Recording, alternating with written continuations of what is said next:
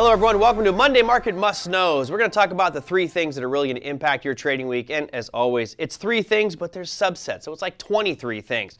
Let's start off with probably the most important piece for the week, which can be earnings. We've been talking about this for the past 3 Mondays. Here's why this week is so important. You have 176 companies reporting this week, and a lot of them are retailers. What we decided to do is actually give you a little bit of a calendar. We'll start off on your Tuesday session. You have in green are the ones that have been really overperforming the market, much better than the S&P. In red are the ones that have really been beaten down. So you notice we got Walmart and Home Depot, which have been absolute leaders in their sectors. You have Kohl's reporting on Tuesday, which has been absolutely horrible. You have Advanced Auto Parts, and then Cree, which has been one of the major movers for the best performing sector in the financial markets, semiconductors. Wednesday brings us Target. So you got Walmart's competitor. You have Nvidia, which is just skyrocketing. You have Lowe's as well. And then 3 terrible companies at this moment in time. You have TJ Maxx, you have Nordstrom's, and you have L Brands. Thursday brings in more retailers such as Ross Stores. You also have Estee Lauder, you have Dillard's, and then, oh, look at JCP at an NQ. You know why? Bankruptcy. Bye-bye to that one. Let's hope Robinhood traders buy more of that thing. You also have Alibaba reporting earnings on Thursday. And then Friday brings us another retailer. We do have Foot Locker. Yes, I'm sure their sales are through the roof.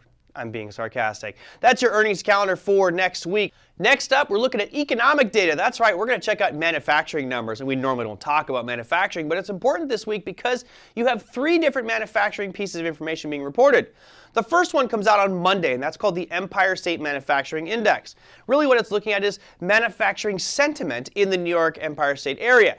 Now, what you notice on this chart is how aggressively it sold off due to COVID. Anything below 0 means we have a manufacturing contraction. There is a loss of business in those areas. And of course, that was very aggressive to the tune of negative 75.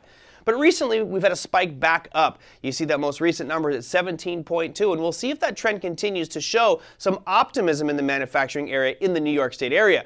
Then we move to Thursday, where you have it for the Philly Fed Manufacturing Index, and you notice a very similar picture there with regards to their numbers. Big decline in the first part of the year, and now all of a sudden 2 consecutive months of positive numbers above 0, which is good, means we have expansion in manufacturing in the Philadelphia area.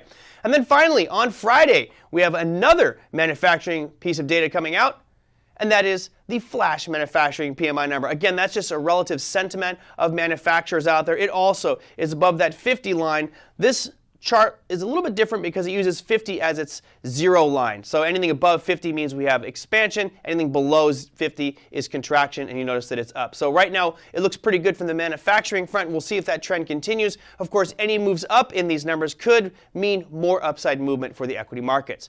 Finally, moving on to our last piece of information is the US dollar, the greenback. This is a very important piece that a lot of new traders ignore and don't pay attention to, and it's the value of the dollar. What does the dollar mean? Well, let's start off with what a strong dollar means. If the dollar is really strong, what that generally equates to is a falling market and slow economic growth. Well, why is that? Because if a dollar is strong, that means that foreign investors and foreign consumers and our exporters can't sell as much because it costs more money to buy each item.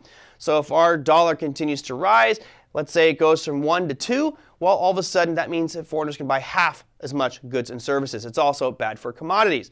Right now we have a situation where we have a very weak dollar, which has been helping bolster these markets to the upside. It means we're going to have strong rising markets and a strong economy. So let me show you a chart of the US dollar on a daily basis. And you can see that spike at the very top. That was the March lows of COVID, the whole pandemic issue. And then we had the huge rally. That rally has been fueled by an extremely weak dollar, and you can see it's bottoming right now, kind of basing on the hard right edge of your chart. Well, is there a point where this dollar may now stop and turn? We can look at the weekly time frame to get a better picture of that, and something we've been looking at in our XLT sessions is this demand level that goes way back. You see that nice strong weekly demand level? We've been bouncing off that for 2 weeks.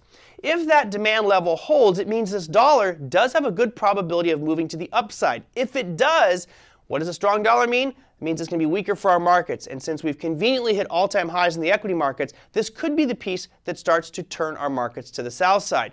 That said, if that level of demand is broken, there's another level of demand that's much, much lower. That also means if we get to those lower levels, the equity markets will skyrocket even further.